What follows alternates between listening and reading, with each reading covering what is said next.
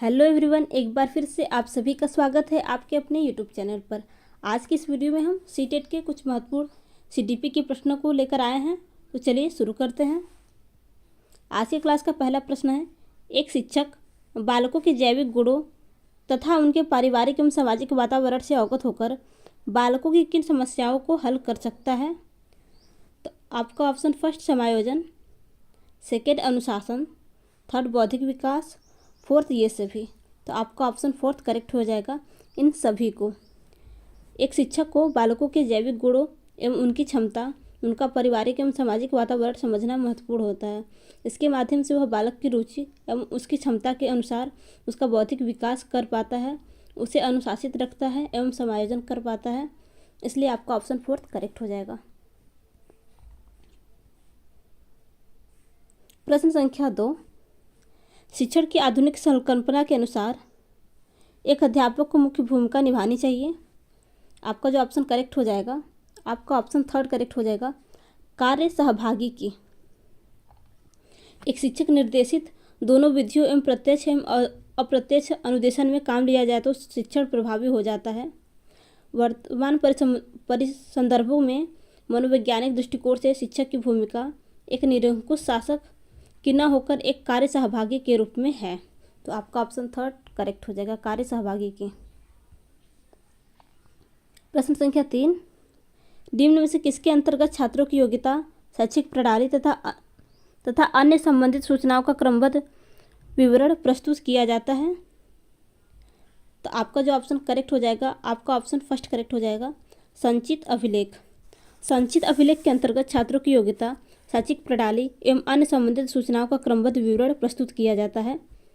संचित अभिलेख से अर्थ है छात्रों से संबंधित दस्तावेज को सुरक्षित एवं आवश्यकता पड़ने पर उसे प्रस्तुत किया जाना। प्रश्न संख्या 4,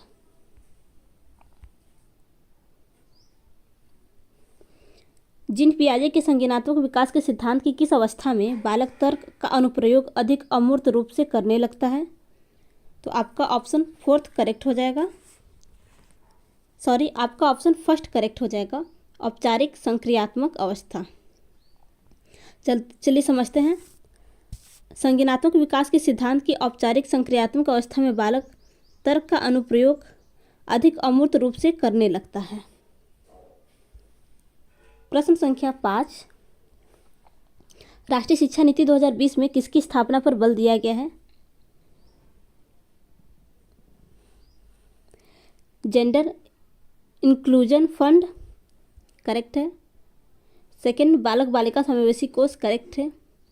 थर्ड, विशेष जोन शिक्षा करेक्ट है। आपका ऑप्शन फोर्थ करेक्ट हो जाएगा, फर्स्ट, सेकंड और थर्ड। प्रश्न संख्या 6, किस अवधि के दौरान विचार अमूर्त और आदर्शवादी हो जाता है। किस अवधि के दौरान विचार अमूर्त और आदर्शवादी हो जाता है।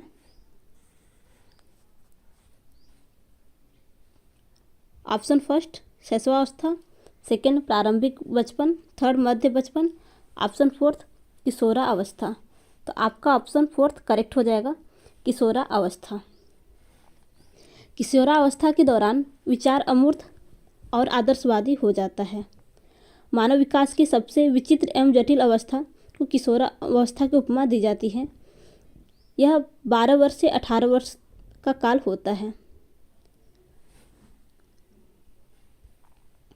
प्रश्न संख्या 7, वृद्धि एवं विकास के सिद्धांतों एवं उनके प्रतिपादकों का कौन सा युग्म असंगत है, मतलब कौन सा युग्म सही नहीं है।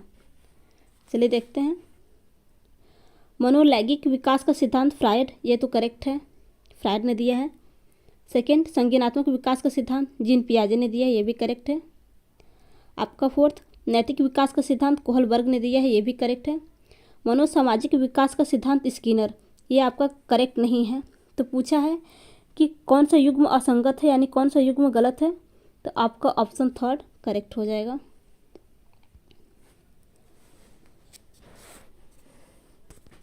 मनोसामाजिक विकास का सिद्धांत एरिक एरिक्सन ने प्रस्तुत किया है। मनोसामाजिक विकास का सिद्धांत एरिक एरिक्सन ने प्रस्तुत किया है। प्रश्न संख्या 8, प्रतिभाशाली बालकों के शिक्षण हेतु सर्वश्रेष्ठ विधि मानी जाती है। आपका ऑप्शन सेकेंड करेक्ट हो जाएगा, योजना विधि। बालकों को बेहतर शिक्षा प्रदान करने के लिए कई विधियों का प्रयोग किया जाता है। इसमें योजना विधि सबसे ज़्यादा महत्वपूर्ण होती है। इससे यह तय होता है कि कब और क्या पढ़ाना है और कैसे पढ़ाना है। प्रश्न संख्या 9, विकासात्मक परिवर्तन का प्रभाव है। आपको बताना है विकासात्मक परिवर्तन का प्रभाव है, तो आपका ऑप्शन थर्ड करेक्ट हो जाएगा। व्यक्तियों में अलग अलग दरों पर होता है। विकासात्मक का प्रभाव प्रत्येक व्यक्ति में अलग अलग दरों पर होता है। प्रश्न संख्या 10, थर्स्टन द्वारा प्रतिपादित बुद्धि सिद्धांत है। आपका ऑप्शन फर्स्ट ही करेक्ट हो जाएगा, प्राथमिक योग्यताओं का सिद्धांत। थर्स्टन द्वारा प्रतिपादित बुद्धि का सिद्धांत प्राथमिक योग्यताओं के सिद्धांत पर आधारित है। थर्स्टन के अनुसार व्यक्तिगत बुद्धि एवं ग्रुप बुद्धि का विकास अलग अलग होता है, इसलिए इसे प्राथमिक योग्यता का सिद्धांत कहते हैं। प्रश्न संख्या 11,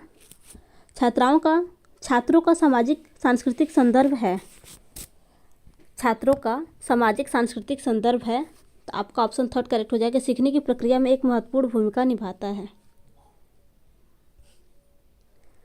प्रश्न संख्या 12, बाल विकास में संवेदनशील अवधि का क्या अर्थ है। बाल विकास में संवेदनशील अवधि का क्या अर्थ है, तो आपका ऑप्शन सेकेंड करेक्ट हो जाएगा, विशिष्ट क्षमताओं के विकास के लिए इष्टतम अवधि।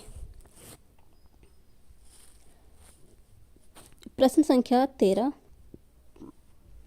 अधिगम स्थानांतरण के सिद्धांत एवं प्रतिपादक के निम्न युगों में से असत्य युग्म है। आपको बताना है कौन सा युग्म सही नहीं है। तो इसका जो आपका ऑप्शन फर्स्ट देखते हैं, साहचर्य का सिद्धांत थॉर्नडाइक। आपका ऑप्शन फर्स्ट ही करेक्ट हो जाएगा, यह युग्म सही नहीं है। दिए गए अधिगम स्थानांतरण के सिद्धांतों में साहचर्य का सिद्धांत थॉर्नडाइक के साथ सही नहीं है। बाकी आपका साहचर्य का सिद्धांत रॉबर्ट फ्रॉस्ट ने प्रतिपादित किया था। किसने किया था? रॉबर्ट फ्रॉस्ट ने किया था, न कि थॉर्नडाइक ने। तो आपका ऑप्शन फर्स्ट ही करेक्ट हो जाएगा, यह युग्म सही नहीं है। प्रश्न संख्या 14, आपकी कक्षा का एक छात्र लिखने में अक्षमता प्रदर्शित करता है, तो वह छात्र ग्रसित है। आपका ऑप्शन फर्स्ट ही करेक्ट हो जाएगा, लिखने में पूछ रहा है, छात्र लिखने में, तो डिस्ग्राफिया होगा आपका।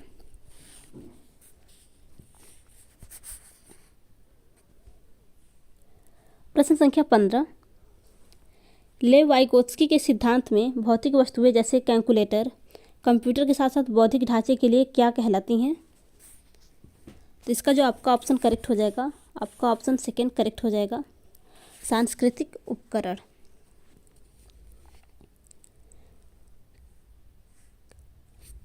रूसी मनोवैज्ञानिक के सिद्धांत में भौतिक वस्तुएं जैसे कैलकुलेटर कंप्यूटर के साथ साथ बौद्धिक ढांचे के लिए सांस्कृतिक उपकरण कहलाता है। वाइगोत्स्की के संज्ञानात्मक विकास के सिद्धांत को सामाजिक सांस्कृतिक सिद्धांत भी कहते हैं।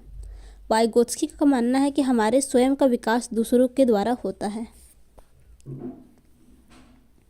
प्रश्न संख्या 16, जीन पियाजे के नैतिक विकास के सिद्धांत के अनुसार 10 वर्ष से अधिक आयु के बच्चे किस प्रकार की नैतिकता प्रदर्शित करते हैं?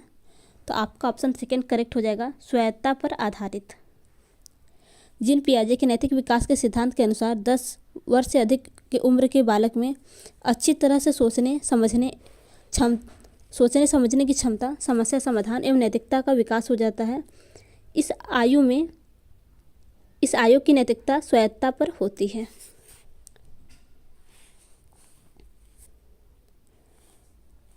प्रश्न संख्या 17, सीखने की सूझ के सिद्धांत की शैक्षणिक उपयोगिता निम्न में से किसमें नहीं है? आपको बताना है किसमें नहीं है, यानी कि कौन सा युग्म सही नहीं है। तो आपका जो ऑप्शन सेकेंड है करेक्ट हो जाएगा, यह सिद्धांत समय पर सीखने पर बल नहीं देता है। तो यह कथन आपका गलत है, तो आपका ऑप्शन सेकेंड करेक्ट हो जाएगा। सीखने की सूझ के सिद्धांत गणित, भौतिक शास्त्र अन्य विषयों के लिए उपयोगी है। इसमें बालक अगर संपूर्ण परिस्थिति को समझता है तो अंतर्दृष्टि का उपयोग कर सकता है एवं यह विभिन्न विषयों को समग्र करने पर बल देता है। यह सिद्धांत सीखने पर समय पर बल नहीं देता है। तो आपका ऑप्शन सेकेंड करेक्ट हो जाएगा। यह कथन आपका सत्य नहीं है। प्रश्न संख्या 18। बहुत से टेलीविज़न विज्ञापनों में पुरुष महिलाओं को उनकी रूढ़िवादी भूमिकाओं को में दर्शाते हैं। एक अध्यापिका को अपनी कक्षा में इस विषय को पर किस प्रकार से चर्चा करनी चाहिए? बहुत से टेलीविज़न विज्ञापनों में पुरुष महिलाओं को उनकी रूढ़िवादी भूमिका में दर्शाते हैं एवं एक अध्यापिका को अपनी कक्षा में इस विषय को किस प्रकार चर्चा करनी चाहिए? तो आपका ऑप्शन सेकेंड करेक्ट हो जाएगा। वह इन विज्ञापन को आलोचनात्मक दृष्टि से विश्लेषण कर किसी तार्किक निर्णय पर पहुंचने के लिए प्रोत्साहित करें। आपका ऑप्शन सेकेंड करेक्ट हो जाएगा। प्रश्न संख्या 19। कथन ए, मानव अपने पूरे जीवन काल के दौरान गत्यात्मक और संज्ञानात्मक क्षेत्रों में नई चीज़ें सीखने और स्मरण करने के योग्य है। तो आपका कथन ए करेक्ट है। कथन आर देखते हैं।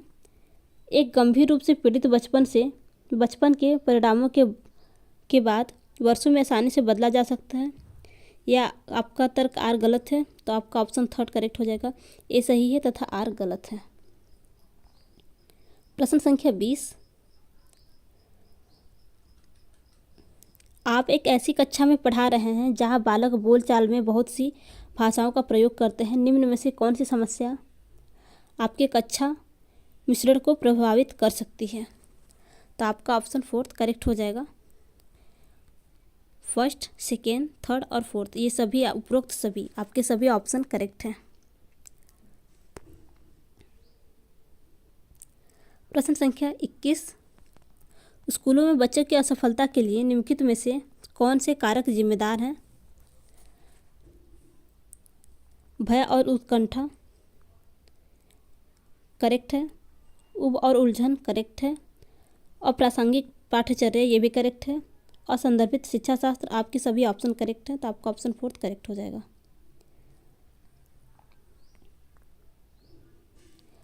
प्रश्न संख्या 22। किसी भी प्रकार के ज्ञान की प्राप्ति हमारी अभिवृत्ति कैसी होनी चाहिए? किसी भी प्रकार के ज्ञान की प्राप्ति के प्रति हमारी अभिवृत्ति कैसी होनी चाहिए? अनुभाषिक प्रमाण के आधार पर विज्ञान द्वारा प्रमाणित को स्वीकार करना। आपका ऑप्शन फर्स्ट ही करेक्ट हो जाएगा। किसी भी प्रकार के ज्ञान के प्रति हमारी अभिवृत्ति वैज्ञानिक होनी चाहिए, अर्थात हमारी सोच वैज्ञानिक होनी चाहिए, रूढ़िगत नहीं। किसी भी ज्ञान को तभी स्वीकार किया जाए जब उसे अनुभाषिक प्रमाण के आधार पर वैज्ञानिक स्तर पर मान्यता मिले।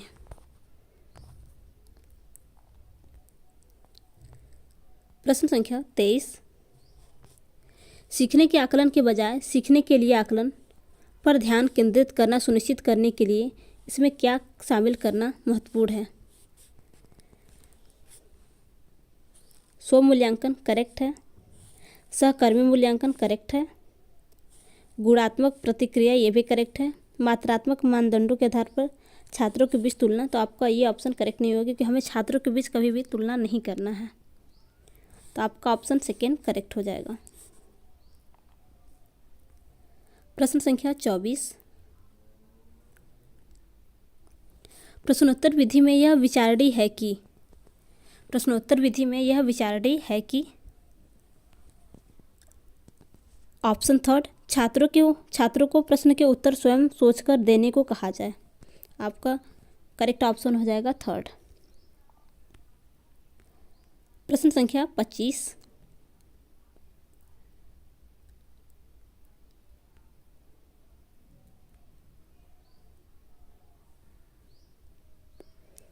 संचार के लिए बहुमाध्यम के उपयोग से निम्नलिखित में से किसके समावेशन में मदद मिलेगी? बौद्धिक चुनौतियों वाले छात्र को करेक्ट है। प्रतिभाशाली छात्र को, स्वालीनता वाले छात्र को, पठन वैकल्प वाले छात्र को। तो आपका जो ऑप्शन, आपके सभी ऑप्शन करेक्ट हैं, स्वालीनता वाले छात्र को भी और पठन वैकल्प वाले छात्र को भी। तो आपका ऑप्शन फोर्थ करेक्ट हो जाएगा। प्रश्न संख्या 26। एक 5 साल की बच्ची को उसकी शिक्षिका ने 5 छोटे छोटे पत्थर दिए। बच्ची ने उन पत्थरों को अलग अलग प्रकार से लगाया, एक छोटी लाइन, एक बड़ी लाइन एवं एक वृत्त। फिर उन पत्थरों को बार बार गिना। जिन पियाजे के अनुसार यह बच्ची निम्न में से किस संज्ञानात्मक स्कीमा को ग्रहण करने की कोशिश कर रही है? तो आपका ऑप्शन 4 करेक्ट हो जाएगा, संख्या का संरक्षण।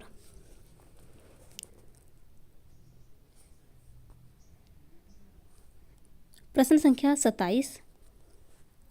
मूर्ति कक्षा 4 का विद्यार्थी है। पठन के संदर्भ में वह केवल उतना ही पढ़ पाता है जितना किसी कक्षा के एक विद्यार्थी का स्तर होता है। मूर्ति को ध्वनि का मिलान करने, शब्दों की वर्तनी तथा पठन में भी कठिनाई आती है। मूर्ति निम्नलिखित में से किसके लक्षण प्रदर्शित कर रहा है, आपको बताना है। तो इसका जो करेक्ट ऑप्शन हो जाएगा, आपका ऑप्शन 3 करेक्ट हो जाएगा, पठन वैकल्प। ऐसी स्थिति में माना जाता है कि मूर्ति को पठन वैकल्प जैसी समस्या है।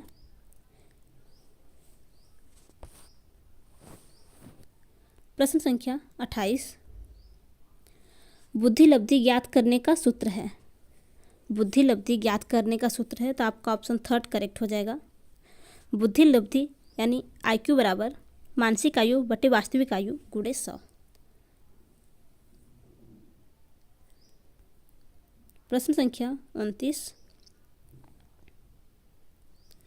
अभिकथन ए एक शिक्षिका को अपनी 6ठी कक्षा के विद्यार्थियों के साथ सार्थक कक्षा चर्चा करने के लिए मानदंडों और नियमों पर चर्चा करती है। आपका अभिकथन ए करेक्ट है। आर देखते हैं। शिक्षकों को हमेशा कक्षा में नियंत्रण रखना चाहिए और विद्यार्थियों को परामर्श किए बिना कक्षा के नियमों को निर्देशित करना चाहिए। आपका तर्क आर बिल्कुल गलत है, तो आपका ऑप्शन 3 करेक्ट हो जाएगा। ए सही तथा आर गलत है। प्रश्न संख्या 30। राष्ट्रीय शिक्षा नीति 1986 के अनुसार शिक्षा पर निवेश कुल राष्ट्रीय उत्पादन का कितना प्रतिशत होना चाहिए? तो आपका ऑप्शन 1 करेक्ट हो जाएगा, 6%। राष्ट्रीय शिक्षा नीति 1986 के अनुसार शिक्षा पर कुल निवेश राष्ट्रीय उत्पादन का 6% होना चाहिए। वर्ष 1986 में सर्वप्रथम भारत की राष्ट्रीय शिक्षा नीति की घोषणा की गई थी, परंतु नीति के प्रस्तावों एवं प्रावधानों को पूरी तरह से लागू नहीं किया जा सका। वर्ष 1986 में नवीन राष्ट्रीय शिक्षा नीति की लागू की गई ताकि शिक्षा में व्याप्त कमियों को दूर किया जा सके तथा देश की वर्तमान और भावी राष्ट्रीय आवश्यकताओं के अनुसार शिक्षा का स्वरूप तैयार किया जा सके। तो आपका ऑप्शन 1 करेक्ट हो जाएगा। तो फ्रेंड्स, अगर आपको आज की वीडियो अच्छी लगी हो तो वीडियो को लाइक तथा चैनल को सब्सक्राइब करना न भूलिएगा। धन्यवाद।